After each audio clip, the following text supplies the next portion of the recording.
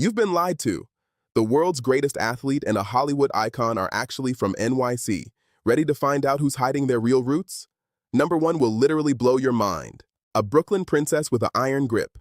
You thought she was just the sweetheart from The Princess Diaries? Anne was born in Brooklyn, and her road to fame was paved with brutal rejections. As a kid, she hated how she looked, but that's exactly what pushed her to outwork everyone. Her NYC-bred perfectionism is legendary. On set, they say she demands excellence because this city simply destroys average people. A real street brawler from Hell's Kitchen. A birth error left his face partially paralyzed. That should have permanently killed his movie dreams. But Sly was such a gritty New Yorker that when he couldn't even afford food, he sold his only friend, his dog, for $40 to survive. The moment he finally sold the Rocky script, the first thing he did was buy that dog back for $15,000. Now that is the unbeatable Manhattan spirit. Scarlett isn't just a sexy cover girl. She's a Greenwich Village native who knows how to hold her ground.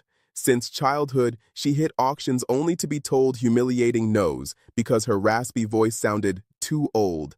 Today, she's not afraid to sue megacorporations like Disney over million-dollar paychecks. That boldness and get what's mine attitude, that's pure, undiluted Manhattan DNA. The Bronx kid who almost became the king of the underworld. As a teen, Al Pacino was drinking, smoking, and constantly getting into street fights. He got kicked out of almost every school in the city. If it wasn't for a lucky passion for theater, we'd know him from NYC crime reports instead of The Godfather. His genius acting isn't just technique, it's a release of the raw, unmanageable rage he gathered on the dangerous streets of Harlem. The baddest man on the planet was born in the slums of Brooklyn and had over 30 arrests age 13.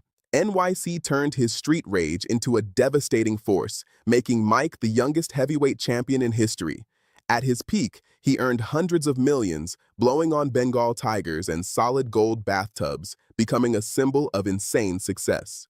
His ruthless fighting style is a direct product of tough streets that have zero mercy for the weak. Kid from Queens who wanted to conquer Manhattan, and damn it, he did it.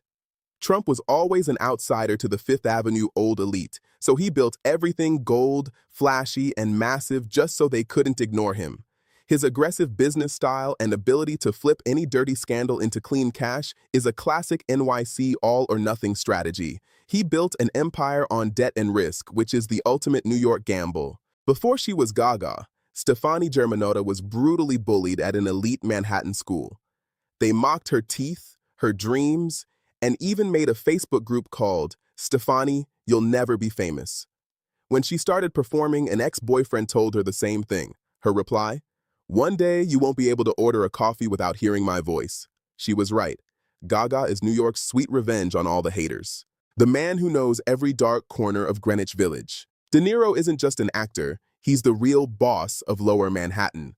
Known for his tough, explosive personality and hating interviews, he reportedly worked as a real NYC taxi driver for 12-hour shifts just to prep for Taxi Driver, studying the passengers.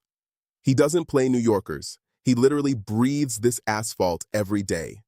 The biggest theft in sports history. Chicago thinks Jordan is theirs, but that's a lie. He was born in Brooklyn. Even though he left young, NYC is where he got that cold-blooded killer instinct on the court that made him the best.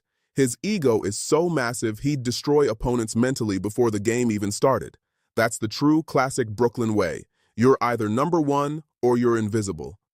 Queens old school that's seen it all. Tony Bennett fought in WFO, saw the horrors of war, and came back NYC to sing about love. He survived being totally forgotten, a heavy drug addiction, and million-dollar debts. But New York gave him second chance when he was already over 60. He became a youth icon by recording with Lady Gaga. He's number one because he survived and won in a city that breaks millions dreamers. Who surprised you the most? Let me know in the comments. I read them all. Smash that like button, subscribe, and I'll see you in the next one about the world's best places and people. Peace out.